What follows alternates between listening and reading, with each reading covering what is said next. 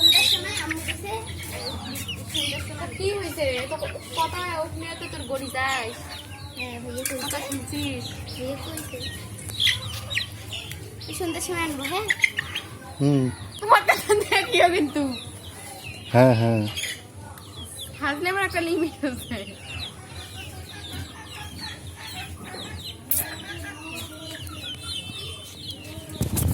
আর ওই মুরগিটা কই গেল? ওর আমার হাতটা ঠুকরে গেছে।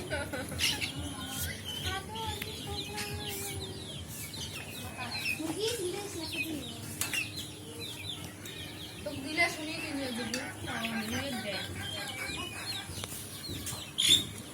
নিয়ে কইতে দিবা না গলি দিছে